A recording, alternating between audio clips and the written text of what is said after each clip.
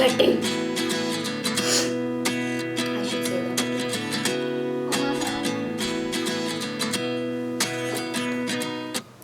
It's on? No, I don't remember what the first one is.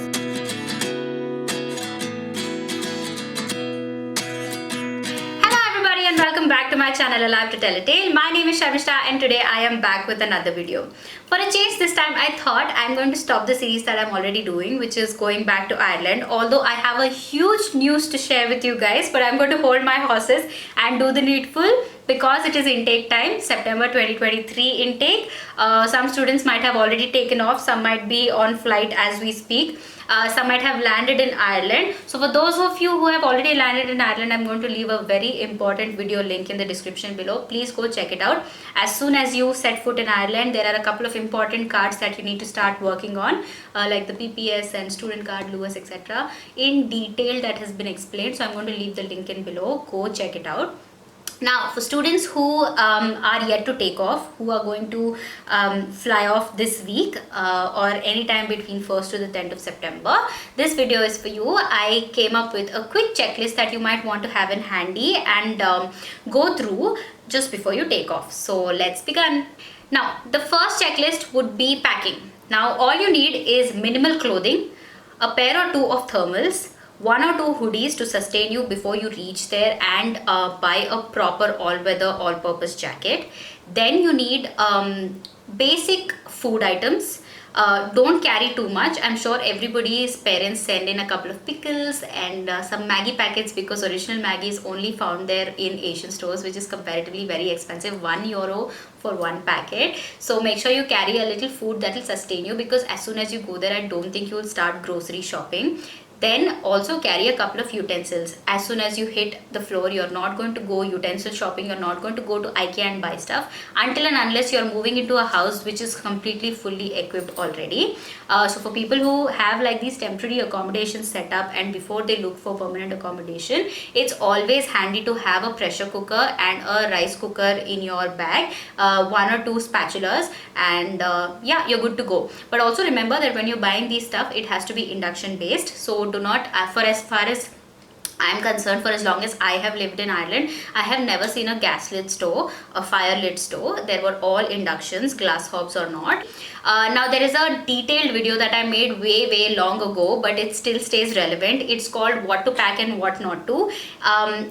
Go ahead and watch that in detail. I'm going to leave that link also here in the description. Give it a watch.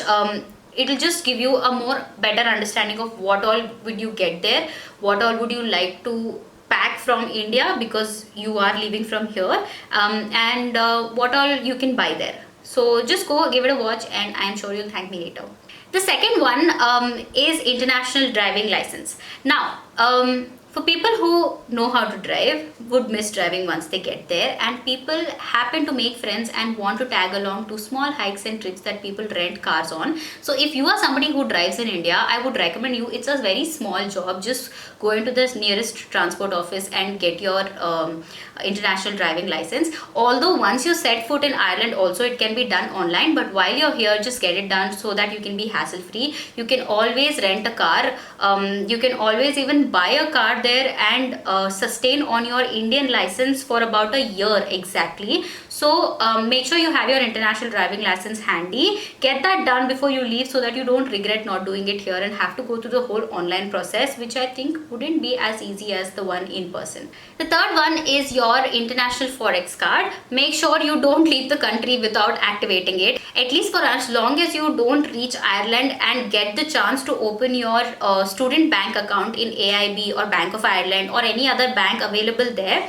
It's always good that you have your Forex card handy that is also activated. It's just one call away or one transaction away where your family can send you money in need. So don't forget to do that before you leave.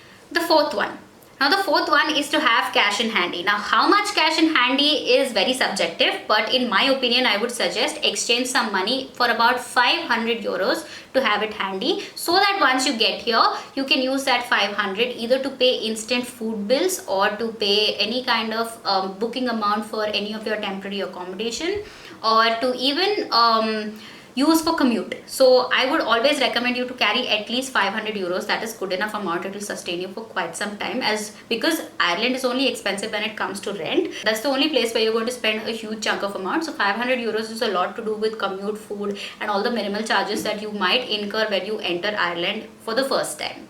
Fifth is accommodation. Now, as I have always been suggesting, never ever book your permanent accommodation from India unless you have people who you know there personally, like your friends or relatives. If you are going to book your permanent accommodation from India, there is high scope of scam. So please put that aside and always book your temporary accommodation. It can be in hostels, it can be in temporary accommodations, or it can also be your campus accommodation. When it comes to campus accommodation, it is relatively more expensive, and it's a long-term deal, right? You can't back out of it in the middle of the year because you are finding it expensive and hard to manage your expenses. So keep that as your last priority unless you're okay to sign up for it for at least a year. When it comes to temporary accommodation, I have always suggested that you go ahead with Amber Student. I've been associated with them for quite some time now, and quite a few students have used my referral link to book their accommodation. It's always good to not book more than 10 to 15 days, because that's the time more than enough for you to find your permanent accommodation, to tag along with people, to understand how much you're going to spend, how much you're not. So go ahead, book your accommodation with Amber Student. I'll leave the link in below. Or hostels are also a great option. You can also go on to Facebook groups. There are student groups on Facebook, there are Indian community groups on Facebook. So looking for accommodation there while you're in India is also going to come in very, very handy. That is all I can think of. I think if I missed out on something, then please highlight them for me in the comment section below. If you like this video and if this was helpful to you in any small way, then please comment, like, share and subscribe to my channel. There is a big news coming up, and please stay tuned to know it and share it with me. Until next time, bye-bye. At 29 and I find myself wondering what did happen to the last 10.